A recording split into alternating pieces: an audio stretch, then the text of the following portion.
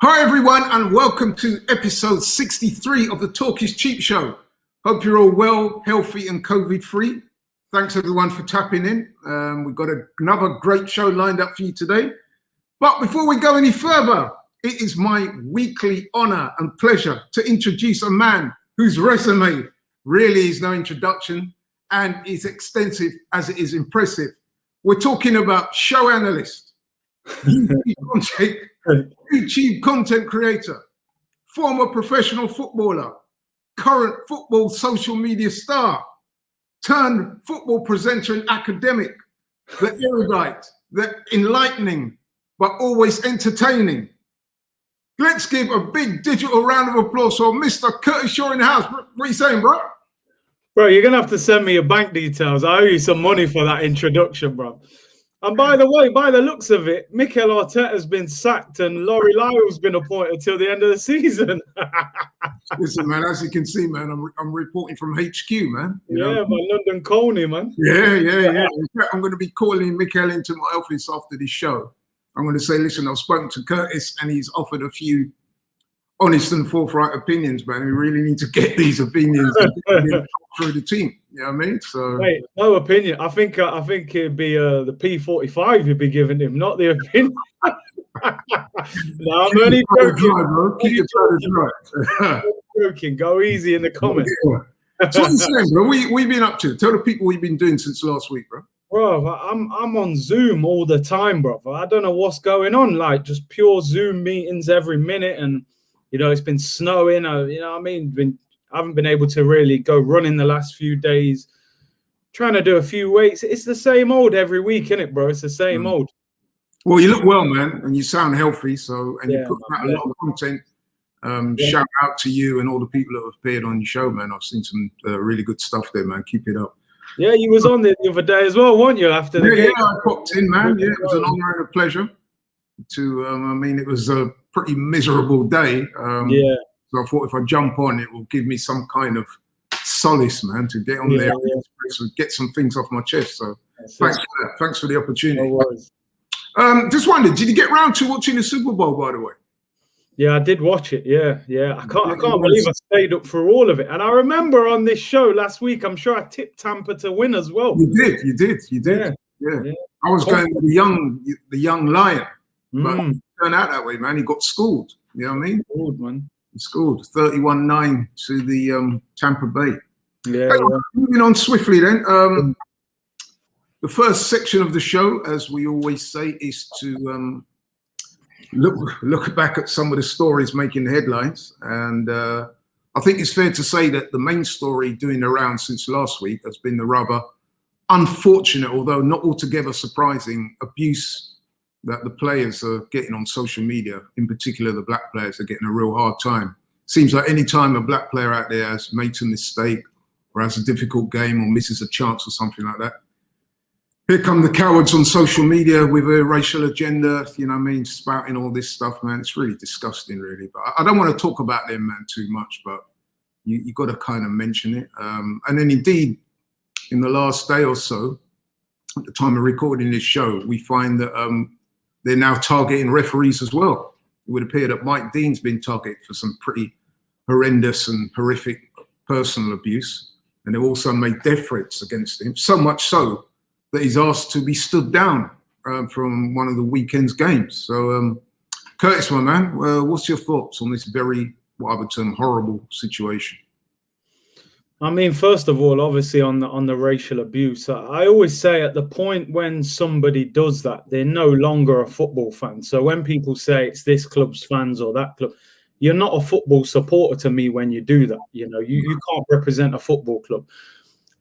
The one thing that I'm trying to see as a positive out of all this is it seems as if there's going to be a change in the rules. You know, I see Culture and Sports Secretary saying that, you know, they're going to force social media companies to change their rules on these things, you know. And I know a lot of footballers and that are calling for people to show identification when you set up accounts and stuff.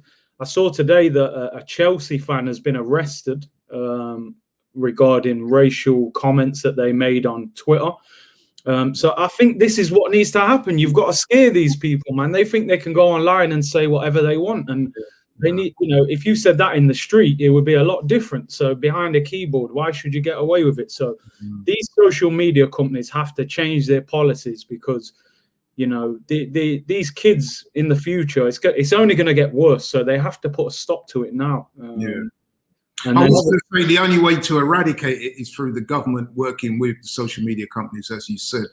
The only problem is I don't think we'll ever see this type of thing totally eradicated. No. We'll certainly slow it down. What they can do, like I said, if the government and the social media companies get together and work something out, it will make these people easier to identify.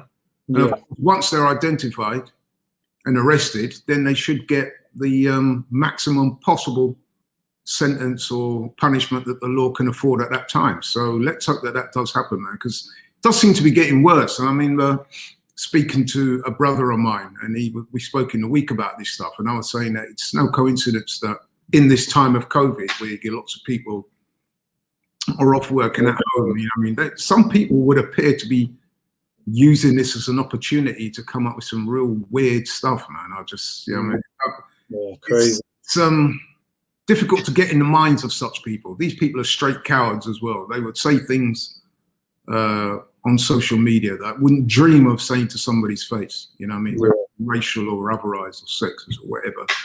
And these people are just straight cowards, man. They're disgusting people. And, you know, the sooner we can identify them, call them out, name and shame them, and hopefully put them in prison, the better. But yeah, I don't want to dwell too much on that, because it seems that we're always talking about these types of things. And I was going to say, let's go on to something a bit more positive.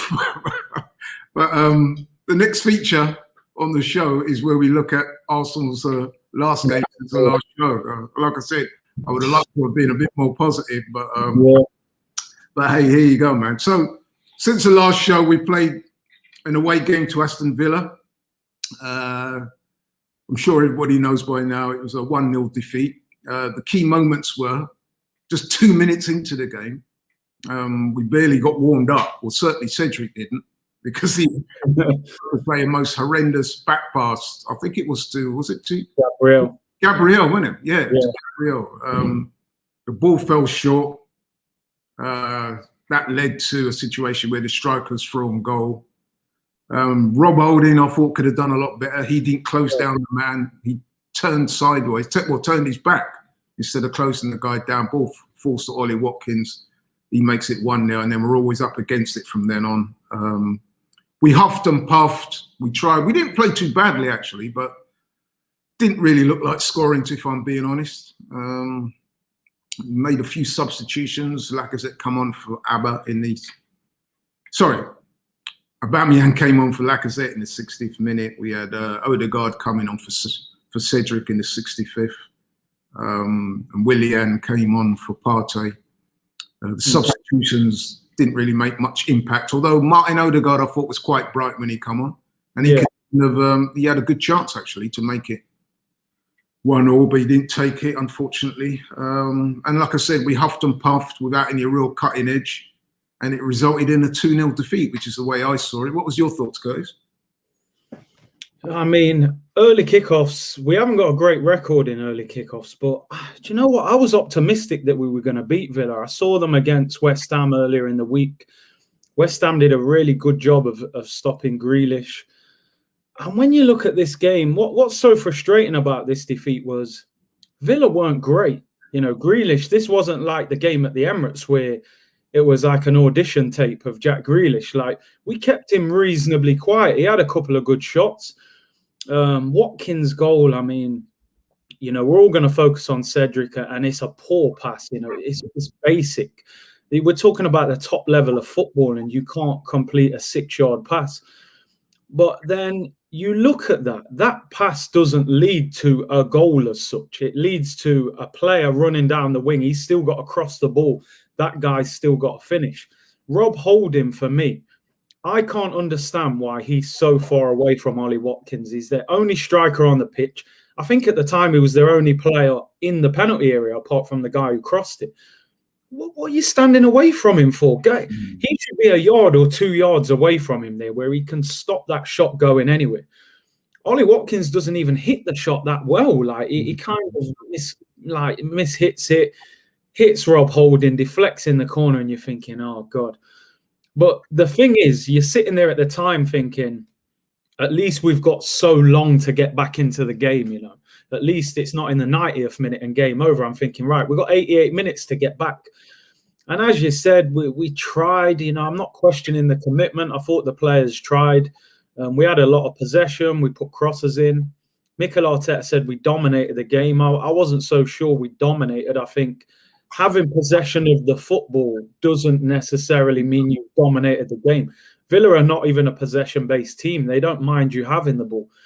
But we didn't really look like scoring. We struggled to create openings. And when teams put players behind the ball, we seem to struggle to break them down. It's these kind of teams that we've struggled to score against. So it kind of summed up our season. You know, I think we tried. You know, the players did try. But ultimately, we weren't good enough to beat them. And, you know, we've lost both games to Villa this year. We haven't even scored a goal against them. So I think... Yeah, you picked up on it, and I was going to answer the question anyway. So in a way, you preempted what I was going to ask you. But yeah, I was curious to see that in the post-game interview, Arteta, as he said there, he said that, didn't he? That he thought we dominated the game and should have won. And I guess he was referring to the possession, which I think we had something like 67% possession to their 33%. So it's 2-to-1 in ratio. And we also had 14 shots on goal to their 12. However, of those 14 shots that we had, only 3 were on target, compared to 8 that were on target from Villa out of 12. And of course, they scored and we didn't. Those are the important stats. So I just wondered whether Mikel Arteta, it's not the first time he's done this now. Is he indulging in a little bit of semantics there? Because it's all right saying we had more possession and, you know, we dominated the game. But like you said, some of these teams we're coming up against, they're not possession-based teams. They're quite happy to give up possession, and especially once they've gone a goal ahead of us. Wolves was a very similar game as well to that, where they're quite happy to let you have the ball and almost invite you to break them down, and then they're looking to counter you and beat you that way. So I wasn't quite sure of his summing up of that. You know what I mean? I'm wondering if he's kind of using that a little bit too much after games now, because it's obvious to all intents and purposes that once we go a goal down, we struggle. And in fact, I think I look back on some of the stats, and if I'm correct, I think there's only one game this season where we've come from being a goal down to actually go on and win the game. So that would appear to indicate, like you said that we are having problems in breaking teams down and being effective in front of goal, man. We seem to lack that cutting edge. I think that's been a problem for pretty much most of the season. We haven't scored that many goals this season. You know what I mean? No. Yeah.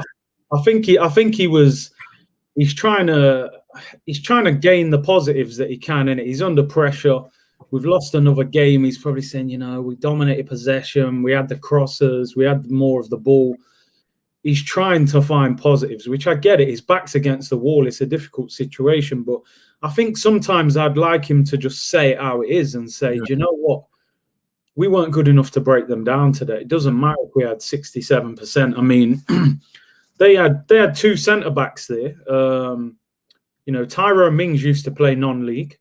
And Konza, the guy next to him, he was at Brentford last year. So it just shows that recruitment, if you're smart with your recruitment now, you don't have to always go and spend a fortune, because Tyrone Mings looked like a man mountain in that game. You know, we're putting floating crosses into the box, and this guy's heading everything that moves, and you're like, come on. I think with Arsenal now, we need more variations to our attack. We need more ways of breaking teams down. You know, you watch Man City when they play. There's so many different ways they can open your team up, and that's what we need. But it will take time, you know, it will take time. And what did you make of the substitutions? Because I guess coming out of the game, there was a lot of criticism aimed at Mikel Arteta, especially for the substitution where he brought on Willian. A lot of people said that he should have brought on Martinelli. Although, to be fair, at the time, I kind of saw the rationale behind Willian coming on. I think he was looking at Willian coming on, be able to provide some width and maybe whip some crosses in. but unfortunately it didn't work out that way. But what was your thought on the substitutions anyway? In particular, the Willian. Oh man, I mean, the problem we've got with Willian, I said this the other day on a show, is Mikel Arteta is going to have to answer questions to his boss on Willian. They're going to say, listen, you signed him 6 months ago on a 3-year deal on big money. It's not like a fan's perspective where we're just looking at Willian and going, he's not good enough, don't play him. Mikel Arteta, as his manager, has to find a way to get Willian into some sort of form. He can't just wash his hands of it. So what my problem is, I didn't think this was the game to bring him on. What I didn't like, Saka and Pepe had a good little understanding on that left-hand side. They were starting to get a little bit of joy against Matt Cash. When he brings Willian on, he puts Willian on the left and moves Pepe back over to the right. And Pepe got no real joy on the right with Hector Bellerin, on the overlap. So I was like, well, why have you changed that around? Also, it looked like we needed pace. We needed, that aggression to try and open Aston Villa up. They're the things that you associate with Gabriel Martinelli. He's tenacious, he's quick, he's got a goal in him, he can take on fullbacks. That is not what you associate with Willian at the moment. So I think it was the wrong substitution. Looking at the substitutions in general, I kind of felt like he should have made a change at half-time. He seems very reluctant to make early changes, Mikel Arteta. He's got that he's getting a little bit earlier. He used to be stuck on 70 and 75. But these days, the game at the weekend, he was making the first substitution was after 60 minutes. So I can only gather that at half-time, he probably gave him a stern talking to and said, listen, you've got 15 minutes to put it right, otherwise I'm going to make some substitutions. But yeah, a few people where we had the watch-along was saying exactly that they would have liked to have seen substitutions made at half-time. But I don't think he's particularly given to that type of thing, is no, given the way it works. But the substitutions do appear to be getting a little earlier. So yeah. But okay then, so to sum up then, it was another loss. That's 2 on the bounce now. And that kind of segues into what I wanted to talk about as the main discussion for this week's show. You may remember a few weeks ago, it was you, myself, and we had Stricto on. Shout out to Stricto, by the way. Big up. It's about 3 weeks ago. And we were saying at that time, because we was obviously still in January then, we was going the end of January up until the end of February. That will take us into March, yeah. So in that period, there are about 10 games. And during those 10 games, there were some pretty difficult fixtures in there. And we were saying that this period is pivotal because if we're going to do anything for the rest of the season, we've got to try and get some results in that period. I think it was 10 games. So like I said, some difficult games coming up. And as at the time of recording, I think we've gone through 5 of those 10 games now. And we've only won 1 of those 5, which was away to Southampton. Yeah. So we've lost our last 2. We drew against Man United, but we've lost our last 2. So that's what, double-digit losses for the season so far, man. 10 games that we've lost. And as things stand, we're currently 11th in the table, 31 points. Played 22, won 9, drawn 4, lost 10. 11 points off the top 4 places. So we haven't got off to the best of starts. Understatement, yeah. And I just wanted to get your thoughts on that and ask you, Curtis, do you still trust the process? Oh dear, I think you know my answer to this, but listen, no, I want to try and add context to it as well. Obviously, last season we finished 8th, and I think most Arsenal fans would say that was one of the worst league seasons we've ever had in the Premier League. Yeah. We lost 10 games last season, Laurie, in 38 last season, in potentially our worst ever Premier League season. We've lost 10 games by the start of February this season.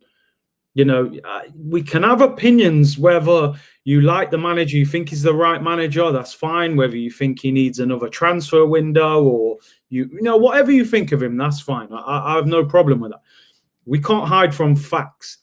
We've lost the same amount of games as last season by the first week of February. That is a disaster. As you said, we were talking about the end of January and the February. We've still got harder games to come, if you like. We've still got to play Man City. We've still got to play Leicester away, you know, where we've got a terrible record. You know, we've got a tough run of games coming up. In reality, we're probably going to lose close to 15 games by the time the season finishes. There's a few more losses in us, let's be honest, between now and the end of the season. I think what my problem has been with this season, I think I've wrote the Premier League season off. You know, I want us to win games, finish as high as possible, but I think top four is gone. Anything outside the top four doesn't bother me. It doesn't bother me where we finish. It's all failure to me. Mm-hmm. So I'm looking at it going, not only are we struggling, though, have we seen enough progress around the club? Are enough players improving? Yeah. Do we have a system and a style that we can look at and say, right, that's the way we're going to play? If I said to somebody now, what is Mikel Arteta's style of football? What does he want to play? I think it's difficult to explain. I think at times you see little glimpses of it, the West Brom goal and, you know, great little moves here and there, but we don't see it on a regular basis. You know, last season in that FA Cup run, we were pressing, we were hitting teams on the counter-attack. Pepe was balling at the end of the season. Aubameyang was on fire. You look at our attack this season, Pepe up until the last month hasn't really had a good season. Lacazette's been in and out the team. He has a little purple patch, then he gets dragged off. And, you know, Aubameyang has had the worst season he's had in years. And I can go back to Dortmund there. You know, he was scoring 20 goals every season. Yeah. We can't always say, oh, that player, that player, that player. At certain times, you've got to look and say, are these players suffering because of the system, because of the style of football? You know, putting 20 crosses in when you don't have a target man is not effective unless, you know, you've got a certain type of player and a certain type of delivery. So I just think this season, a lot of people are saying, you know, give him next season, which I get. I think Mikel Arteta will be the Arsenal manager next season unless we go on a horrendous run, which I don't think we will. But what I'm saying is we still should have achieved something this season. You know, you can't be at a big football club as a manager and just get a free hit for a whole season. You know, Pierre-Emerick was sacked after 1.5 seasons. Bear in mind, his first season was, I know I say nearly, but it was nearly a great season. If we'd have won the Europa League or got top four, it would have been great. He had a slow start to the next season and we sacked him. We were 8th when we sacked Unai Emery. At the time of saying this, we're 11th. Yeah. And we're saying he needs more time. So I'm like, it's like the rules have changed from one manager to the next. Now, I know we're not Chelsea. We can't keep sacking because we don't give the massive paycheck to go and spend 200 million.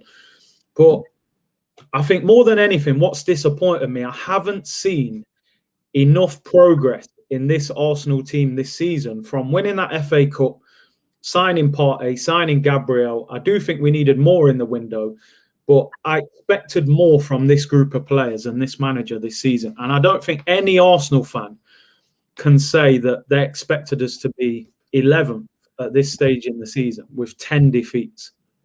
I hear you. You make some very cogent points there. But in order to try and be fair, we like to try and be fair on this show. Let's look at it in a slightly different way, and let's try and give Arteta some plaudits for what he has done. So I've made a few notes here. So in terms of the positives that I can attribute to Arteta so far, I think you can definitely say that the defence has improved since he's taken over. I mean, do you know what though? And listen, I'm only quickly going to say this. Hard, no. Listen, let me say this. I know this might sound a bit crazy to some people as well. Does conceding less goals mean you've got a better defense? And I know that sounds a bit crazy by itself, but what I mean is we're losing more games, but we're not conceding as many.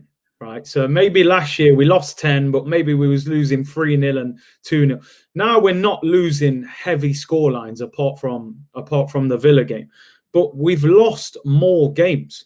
So does that mean we're actually defending better in the sense of, we've lost more games. So are we a better defense, or are we just losing by? Well, that could be because although we're not as conceding as many, we're not scoring many. So, but I think it's fair to say that overall, certainly from a defensive perspective, we do look a bit more solid than we have in the past. So I think we should give him that. Just about. Okay. I think the more positive that I can clearly see is that the young players have responded under his tenureship. So we're talking guys like the obvious one's been Saka, but Smith Rowe has come in and he's done excellently as well. So it looks like he's got some of the young players performing, But the problem with that is that some of the older players are now dipping in the other direction. So I think it's also fair to say that overall, the players are playing for the manager, wouldn't you say? I mean, yes, we've heard stories of one or two players being a bit disenchanted and have sort of said some little sideways things on social media and in the press and that you think, there could be a problem. But I think, to be fair to Arteta, when a team is not playing well and you've got a squad full of guys who, let's face it, on any given day, they are good players and they've all got egos, they all want to be in the team. If they are not playing, you know that there is going to be a problem, especially if the team's not performing at the optimum. So, but I think it's fair to say, isn't it, that the players are playing for him? I haven't seen down tool performances this season. No. I think I do think the players are trying. I do. I think they're putting the effort in. I think a lot of the players like him. To be honest, I'll give him that. I think. There's a few who maybe don't. There maybe Captain Hector likes him, but hey, but we won't go there. We won't go. But I think you're right. I think it's fair to say that by and large the players do have a good relationship with him, although there have been one or two exceptions. But we're not going to go into that because some of those have since left the club anyway. So I think he'd done pretty well in the transfer window. He got quite a few players out that needed to have been got out of the squad. The Ozils, the Kolasinac, the Mustafis, Socrates, to name but a few. Those guys, for whatever reasons they needed to go, they've gone. We brought in Thomas Partey, who I think is going to be an excellent signing. He's certainly showing it at the moment when he's not injured anyway. And then Odegaard, it looks like it could be quite bright. I'm quite encouraged by that signing. Matt Ryan's come in and he's had a good game. So I think he's done okay in the transfer window, hasn't he? Yeah, no, he's done all right. I mean, it's not like they're giving him 200 million to spend. He's got to trade and get the right players. He's done all right. There've been a couple there, Willian and Renarsson that you can look at. But no, Gabriel, Partey, Odegaard, Ryan, they look good, especially Partey and Gabriel. And I think, to be fair to the manager as well, is that he does carry himself with a certain amount of aplomb and that in the media as well. I think that is important because I think one of the things that really stymied him was that because he didn't master the language and because he's the way he presented himself in front of the media and the public and that wasn't deemed as that good. It was very quick to lose confidence in him. You don't get that with Arteta. He seems to be quite media savvy. He speaks the language very well. And he's even good at some of the semantics. So, for example, we spoke about it earlier. That performance at the weekend was very noticeable that he was able to turn that into, well, we dominated, almost making it sound like we were unlucky. And, of course, he did the same thing in the Wolves game. In the game that we did play actually very well. We went on to lose it, and he was able to say, well, look, but for a few errors and a few refereeing decisions, it could have gone the other way. We deserved more out of the game. And a lot of people at Arsenal seem to have, fallen behind that and say, yeah, he's right. So on those factors, he does seem to be, gaining some, leverage, if you like, with the fans. They seem to like him. Yeah. So there are some, positives there. Would you not say? Yeah, but the thing is, I would say, do you know what it is? It's a tough one because I would really like, and people might not think so, but I would really like Mikel Arteta to do well at Arsenal because, you know, he's young, he's bright, he's got ideas, he's an ex-Arsenal captain. You know, it's a bit of a fairy tale if he ends up becoming a top manager at Arsenal. I would love him to do well. You know, sorry to interrupt. I just want to say something there because that's important. Because you and myself, to be fair, more you, and so you know, I mean, I've got to say this: you get a lot of stick for things you've said in the past about the manager, and okay, you have made your comments about Mourinho, a comment in which I had no problem with agreeing with at the time. But I just want to make it clear to anybody watching this show and anybody that sees this episode is that you are 100% Arsenal man through and through, and everything you say, you speak from the heart. I've had many personal interactions with you where we've spoken deeply about Arsenal for hours and hours on the phone. And I just want to make it clear to certain people out there who are quick to jump on you and say you're being negative and you wanted Mourinho and this and that and blah, blah, blah.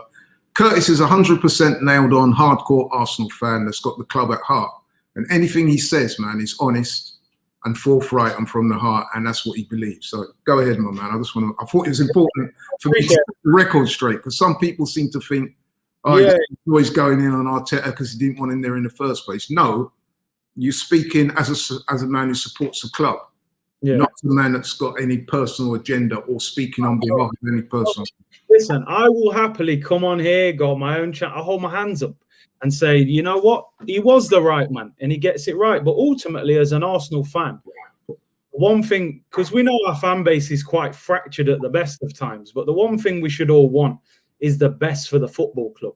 Yeah. I'm very frustrated at the moment because I believe we're better than 11th. I know some people say, you know, that's where you should be. I don't think we should be. I think we've got a better team than that. And, you know, like I said, you know, when I look at the league table, I can accept Manchester City, Liverpool, Chelsea, Tottenham. I can accept them being higher than us, not because I want them to be, because I can look at their teams and go, do you know what? Maybe they've got a better team than us right now.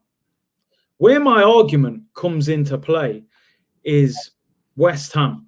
West Ham are a point off fourth right now. David Moyes is the manager, right? No one would want David Moyes at Arsenal. They've got players that we wouldn't even look at. Craig Dawson relegated with Watford. Jesse Lingard, I remember when he was being linked with Arsenal, Arsenal fans didn't want him anywhere near the football club. Mikel Antonio came out of non-league, like, although he's a decent player. You know, half of their team wouldn't get near our team. They're 1 point off top four. You know, David Moyes doesn't spend big money. The man had COVID as well earlier in the season. You can't tell me West Ham are better than Arsenal. Aston Villa, we finished 21 points ahead of Aston Villa last season. They finished fourth from bottom, only just stayed up. They're 3 points clear of us, 4 points clear of us with 2 games in hand, and they've beaten us twice this season. They signed Ollie Watkins from the Championship and Ross Barkley on loan and Konza from Brentford. You know, Everton finished over 10 points, nearly 10 points behind us last year. Ancelotti was appointed the same week as Mikel Arteta. They've got 2 games in hand on us and they're 6 points clear of us. Do you know what I mean? And last season, I would say we had a better team than them. They spent less than us in the summer, but they fixed that midfield in one window. So while I understand that Arteta's going to need time and there are some shoots of positivity there, there are situations and other teams that are above us where you can say, well, actually, they're not better than us. What is the reason that West Ham are 1 point off fourth and we're in the bottom half of the table? That's where my argument comes into play against him. But listen, as you said before, I hope Arteta turns it around. He needs to try and win that Europa League and rescue the season for us. I think that's our last major hope, really, this season. Well, certainly you made some very cogent points and some very valid arguments there. One of the things I wanted to pick you up on, because, I mean, you're a good person to speak to because you're a former professional footballer and a striker, no less, and you've scored lots of goals throughout your career. And it's obvious to all concerned, right, whether you're an Arsenal fan or not, that the one big problem that we've had this season is scoring goals. Now, as we've seen this season, a lot of the teams are doing this low block. They've got 2 blocks of 4. They defend, you know, I mean, quite deep. They invite you onto them. If you're the manager How do you circumvent that problem? How do you get the team to have a bit more cutting edge, so that when we do come up against teams that defend deep, or if they go up a goal against us and then what they do is they sit back, what would you like to see the manager do to try and overcome that problem, the lack of scoring in the team? See, I think when you play against low blocks, one thing you have to do, you have to get bodies forward. You have to move the ball quickly to pull that defense out of position. Right, you got to move them. Man City are the best team in the country at doing it. They move the team around, and then they pick the gaps. They're waiting for that weakness. It's like a boxer jabbing, waiting for you to just, you know what I mean? And then there's the opening. I also think with Arsenal especially, you have to find different ways of scoring. You can't always play the perfect goal, little ball into the striker around the corner. You know, Arsenal want to kind of score like that. Sometimes it's quite simple. Like, how often do you see Arsenal shoot from 25 yards out? Not often. And we haven't for years, even since Wenger. Everyone used to go mad in the Emirates. Shoot. We was always trying to find the perfect goal. You know, down the sides. There are so many different ways. You know, when Arsenal get a corner, I genuinely, you know, when other teams get a corner, I feel nervous. Like, nah, they might score. You know, when Arsenal get a corner, in my head, I think there's no chance we're scoring. You know what? Someone is there no chance in us scoring. I'm actually quite worried when we get a corner. There's been occasions this season where the corners come to nothing. Invariably, it's either too high or it doesn't hit the first man. Then that sparks a counter attack from the opposing team that they've either scored from or nearly scored from. So sometimes when we get a set piece like a corner, I'm actually quite worried about it. But anyway, go on, my friend. Go on. Yeah, and I think, you know, as I was saying, you've got to find different ways of scoring goals. We're not a threat from set pieces. We don't score enough headers. You know, nowadays centre-backs have to score maybe 5 goals a season at the top teams from set pieces. I don't think our centre-backs score enough. Our midfielders don't score enough. You know, as Partey scored since he's been here, I'm not sure if he has. Xhaka scored that free kick. Ceballos doesn't really score. We haven't got enough goals in midfield since probably Aaron Ramsey really was the last midfielder at Arsenal that scored goals. I think you look at the other top clubs, they've got midfielders who chip in. Look at Gundogan the other day, you know, he scored 2 goals, could have had a hat-trick. You know, when's the last time an Arsenal midfielder scored 2 goals in a game? So I think we have to find different ways of breaking teams down. It's almost like we're trying to find the perfect goal. And when that doesn't work, we revert to, let's just cross it in. Let's just put a high cross in. And we haven't got the striker to do that. So it takes time. It takes time. No, I think you make some excellent points. I think you make some excellent points here. We have become, at times, very predictable. And of course, when you are predictable like that, it almost makes it quite easy for the team to defend against you because they know exactly what's coming. So like you said, those absence from shooting outside the box. I mean, okay, we've seen Xhaka already this season, Granit Xhaka. Great strike outside the box in, you know what I mean? Yeah. But that comes few and far between because no one really tries that, you know what I mean? A lot of, in the Europa League, Lacazette. Yeah. Range goal, nearly, you know what I mean? At the Emirates, there's players there who can shoot, man. You don't see Arsenal players shoot. Yeah, that's true. And then the set pieces, you can always, I don't know, man, but you will see some of the other teams there, right? And you will see them try out certain routines that they've obviously worked on in training. Yeah. Correct me if I'm wrong, but I don't see us doing too much of that. Some of the other teams will come up with some quite intricate patterns of play that actually come off in the game. You think, wow, they must have spent a lot of time working on that in training. Yeah. And then I look at our guys and we're not really scoring any goals like that. I'm like, right, man. I mean, yeah. You know, I mean, if you was defending against Arsenal, right, and say like Villa, they went 1-0 up, and all Villa did, they sat on the edge of their own box because what they know, if Arsenal put a cross into the box, they're not likely to score. They had Konza and Mings who are giants. We had Lacazette up front, so they're going to win every header. We don't shoot from range, so if you know that they've got players who are going to shoot from distance, that forces defenders to come out and close you down. And then that's when you can get in behind them. I mean, You see Bruno Fernandes the other day for United against Everton. Edge of the box, whips it in the top corner. So what happens now, when Bruno Fernandes gets the ball, someone's got to run out and close him. But sometimes he won't shoot. He'll just drop a little slide-through ball, and that's where the gaps appear. But Arsenal don't pull defenders out of space. So we've got to find more than one way of scoring a goal. And it doesn't help when, I don't know if it's to do with the system or just confidence, but not enough of our attacking players have been in good form this season. I mean, you know, we're now in February, and the Aubameyang situation, I think, is becoming worrying. I think it's worrying because, you know, we don't want this to be Mesut Ozil part 2 in the sense that we've committed a huge amount of money to you, and all of a sudden your form's dipped. Now, I know he's had a lot of problems this season, obviously, with his mum wasn't well and things like that. You know, it's going to have a big effect on you, of course.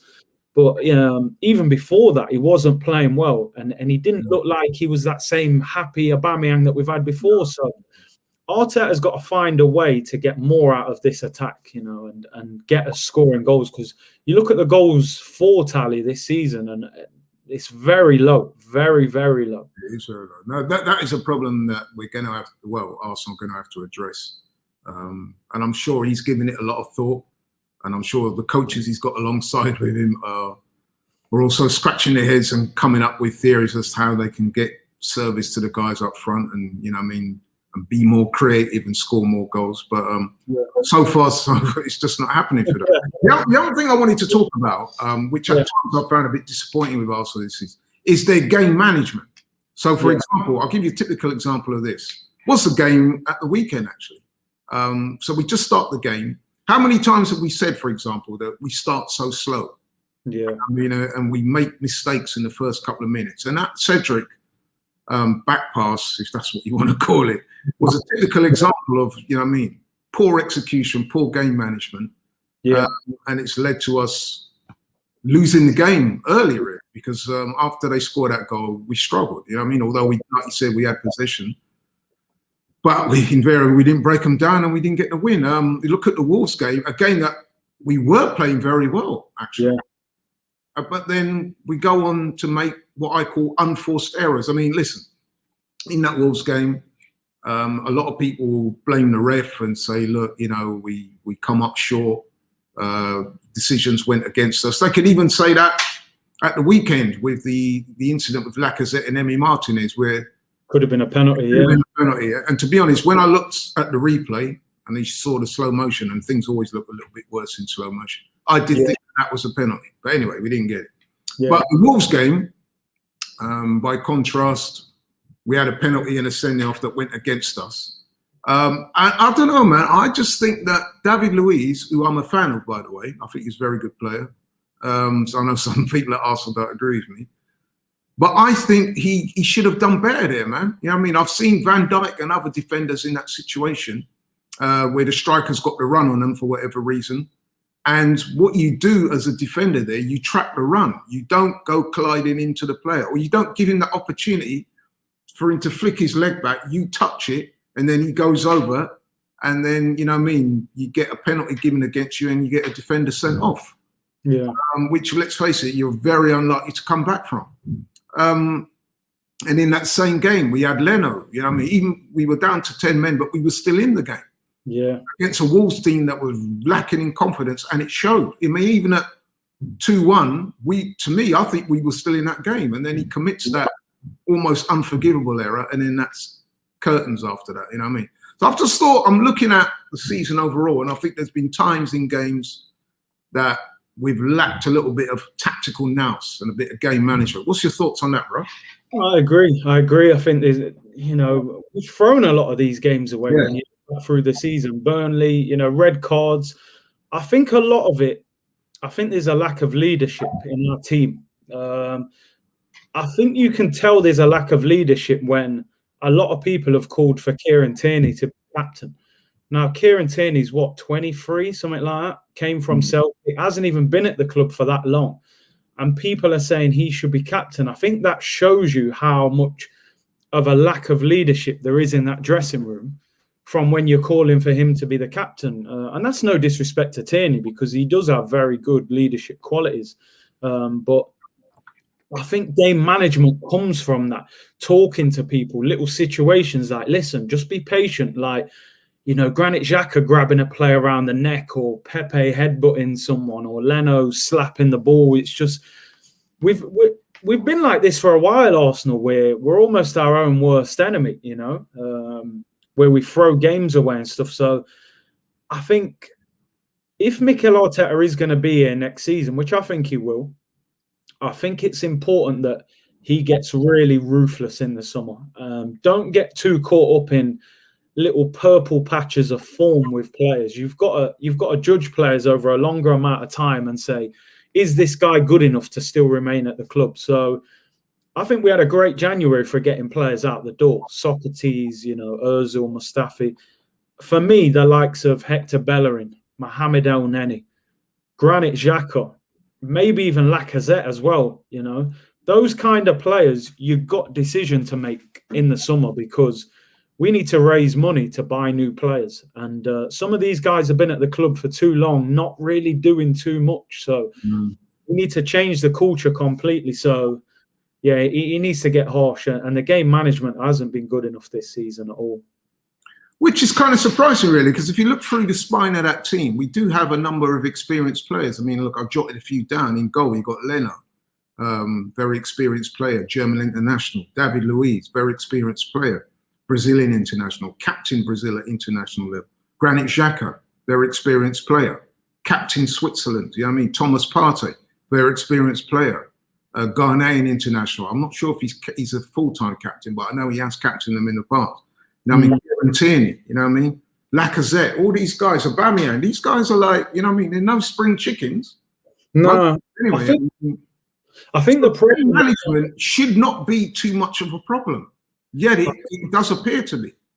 I think the problem with those players you just named there, I mean, David Luiz is experienced, but you know, is he a leader on the pitch? His best time for Brazil was next to Thiago Silva, who was the leader. And at Chelsea with like Aspilicueta and Cahill, who I would say are more leaders than him. Because we know David Luiz is a bit of a loose cannon at times. Granit Xhaka is the same. You know, he has got leadership qualities, but he's a loose cannon with it. But what I'm saying is, right, if you're going into battle, Curtis, right, and I'm just going to put this on Front Street, man. If you're going into battle, okay, and I'm going to give you a man to be alongside, you're going into war. Who would you rather go into battle with? A guy like Leno, David Luiz, Xhaka, Partey, Tierney, or Lacazette, or Hector Bellerin? I'm just amazed how this guy can. I don't even think he's worthy of a place in the team, let alone. No, seriously, I'm no cap. No, I get the impression you don't rate Bellerin that highly, Laurie. I don't know why. I try not to talk about this guy, man. But if we're in that conversation about leadership and mental toughness and game management, and I'm looking at that team and I'm seeing Hector Bellerin leading that team out, I'm like, bruh, come on. You know what I mean? I mean, people like to talk about football as if the captaincy is not as important as it would be in, say, other sports like cricket and rugby. Yeah, yeah. I don't necessarily agree with that, man. I mean, the manager and the captain very often sets the tone for your team. Remember the great Arsenal sides in the past? You know what I mean? You had guys like Adams and Vieira and Atali, Thierry Henry even. You know what I mean? He had that little streak in him where he could be a real nasty piece of work.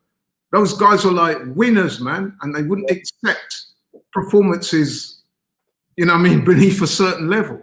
No, you're right. Teams, you know what I mean, the great teams, Liverpool and managed by a series of captains. Even look at someone like Jordan Henderson. Look, when you look at Jordan Henderson, he's not the greatest footballer. Good leader. He inspires a certain type of energy, man. You know what I mean? Yeah. Look at Roy Keane at Man United. You know what I mean? Or Paul Ince or any one of those guys, man. You look at them. You know what I mean? Look at City. You look at De Bruyne and Vincent Kompany and people like that. And then you look at Arsenal and we've got Hector Bellerin. I tell you what, Laurie, you know, I've never going into battle. Listen, you're going into battle. You are not bringing Hector Bellerin with you. No cap. You're not. I've never seen Tony Adams plant 3,000 trees though, Laurie. Well, Yeah, listen, you know what? He's very good at the self-publicists and stuff like that, put himself out there. But listen, man, I mean, I know people watching this, they're going to say, yeah, you're just saying that because you don't like Bellerin, because what he said about AFTV in the past. But am I wrong, though? Am I wrong? I'm not wrong, bro. You know what I mean? Never mind the performances that have been lackluster. I'm just talking from a leadership perspective. How the hell, other than the fact that this guy is a so-called senior player at the club, how is he captaining the club? Especially when we're going through a time like this. The captaincy should be something that somebody says, well, yeah, you've been here for so long and you look like a nice guy and, you know, you plant trees and you've got a social media presence. Yeah, it should be about that. It should be about what you bring to the team, your leadership qualities. Can you aspire the people around you to become better players? Can you organize that defense to be a more solid, robust defense? And the honest answer to those questions is a resounding big fat no. And I challenge anybody to say other than that, man. You know what I mean? But anyway. I think with Bellerin, he plays the whole PR thing very well. He does the interviews after games. He's putting out documentaries on his YouTube channel. He's been at the club for years. You know, he lived with Mikel Arteta when he moved here, man. You know, he's in with him. He's basically his stepson, isn't it? So, but that shouldn't qualify you as a captain of a big club like this, man. You know what I mean? No. Shouldn't be the captain. And I guess some of the naysayers out there are going to come after me, and I don't care. Come after me, man, because I know what I'm speaking on this particular thing anyway. It's facts. And they're going to say Aubameyang doesn't show much leadership skills. And you know what? They may have some weight in that argument. But here's where I'm going to debunk that. With captains, you'll always see in teams, right, that captains who are not very vocal, as Aubameyang is, they're selected for the captain or appointed for the captain on behalf of what they bring to the team. And I know Aubameyang hasn't performed that well this season, so hey, yeah, that's true. But it's almost like a leadership by example in terms of what they produce. So when Aubameyang was appointed captain, that was when he was scoring all these goals. Because let's face it, of all the 3-4 seasons he's been here, this period has been by far the worst. Every other season he's performed excellently, been golden boot winner, once shared it, you know what I mean? So, hey, we can't criticize him for his performances in an Arsenal shirt up until this time. So that's why he was given the captaincy. But I just think that when you look at Arsenal and you have somebody like Bellerin as a captain, man, that's not a good fit for me. Because like I said, I don't even think he's worthy of his place in the team. But forgetting all that, he's in the team. But you tell me what leadership qualities he's got or what he inspires the people around him to do. And you know what I mean? Answers on a postcard. I don't see it at all. And I haven't spoken to one person, by the way, that doesn't agree with me on that particular point. But anyway, moving on. I think we've debated that. And like I said before, I'd like the people watching the show to give us their views on whether they still trust the process and, you know what I mean, if they're happy with things so far. Do they see that there's room for improvement, green shoots and all the rest of it? But moving on, man. Ops of the week. Yeah. Another big game coming up this week, man. It's away to Leeds. Curtis, what's your thoughts on that, bro? It's going to be a difficult game. I mean, let's have a look at some receipts on Leeds. At the time of recording the show, they are currently 10th in the table. So that's 1 point ahead of Arsenal. They've got 32 points to our 31, but they do have a game in hand on us. Overall, they've played 22 times in the Premier League this season. They've won 10, lost 10, drawn 2. So, you know, it's very even matched, really. And of course, we played them back in November and it finished 0-0. I suppose the major talking point arising out of that game was Pepe when he got rather stupidly sent off after an off-the-ball incident with one of their players. I think it was Alioski. I think that happened after about 50 minutes. So we had to play 40 minutes with down to 10 men. Again, game management, stupid decision by Pepe, gets himself sent off. But to be fair to the team, they showed a lot of resilience on that particular day. And we managed to complete the rest of that half, because it happened early in the second half, without conceding. So that's a plus.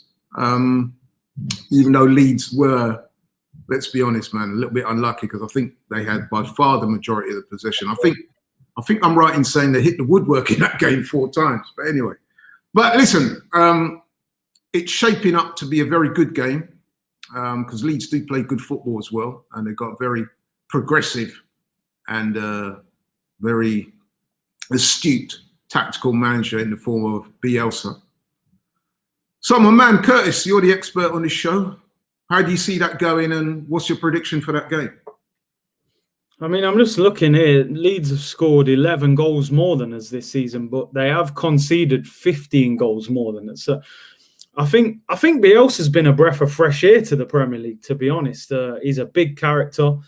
I've enjoyed watching Leeds this season, apart from when they played Arsenal, obviously. But you know, they attack. They either seem to win or lose. That they score goals, they concede goals.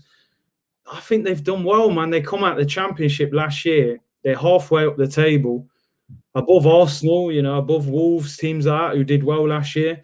I think it'll be a hard game. One thing I think that will suit Arsenal, because Leeds will attack us, should enable us to attack them. I don't think they're going to come to the Emirates and just low block and try and get a point. They're going to try and score goals. So that might help us when we attack a little bit. It'll be a tough game. You know, they've got a good attack. You know, saw them against Palace. I thought they were fairly comfortable, beat them 2-0. But they got battered earlier in the season against Man United because they went to Old Trafford and just tried to attack them and got picked off every time on the counter-attack. So I think there'll be goals in this game. I do think there'll be goals. I think Leeds will come there and try and beat us. Equally, we need to win.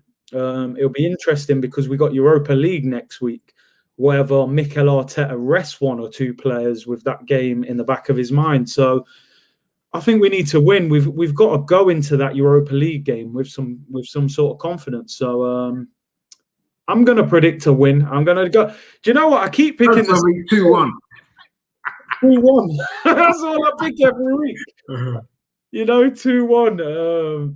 You know, but let's hope we can win the game. I'm going to go for 2-1. Apparently, Tierney and Thomas Partey are back, whether he'll risk them or not. But I think we'll get a 2-1 win. Although I say that every week. Yeah. Well, I see where you're coming from because, like you said, Leeds are a decent side. Yeah. And, you know, I mean, they're good to watch. The only thing I don't enjoy about Leeds is the post-match interviews with the manager because I find that because he doesn't master the English language and he has to go through the interpreter, I find it a little difficult to follow. But anyway, that notwithstanding, Leeds are a good team. Bielsa's an excellent manager. And I remember a couple of seasons ago, me and you, we went to Leeds Arsenal, didn't we, at the Emirates in the FA Cup. And although we got through in the end, man, that for the first half especially, they played us off the park. I was very impressed with them. And if you look at that team, man, the other thing you've got to say that's impressive is that Leeds don't have many what you would call stars in that team. No.